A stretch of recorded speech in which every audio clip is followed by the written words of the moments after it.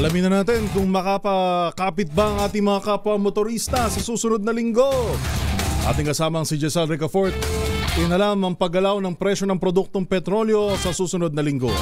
RH15 Giselle Ricafort. Giselle.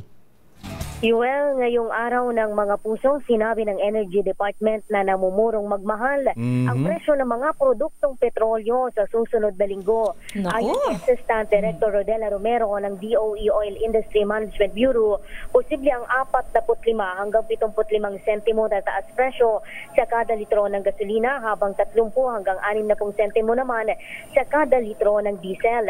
15 hanggang 30 sentimo naman ang maaaring taas presyo sa kada litro ng kerosene.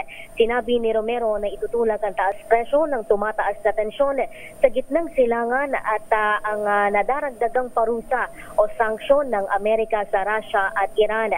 Pero nakadepende pa raw ang pinal na presyuhan sa huling kalakalan ng krudo ngayong Biyernes.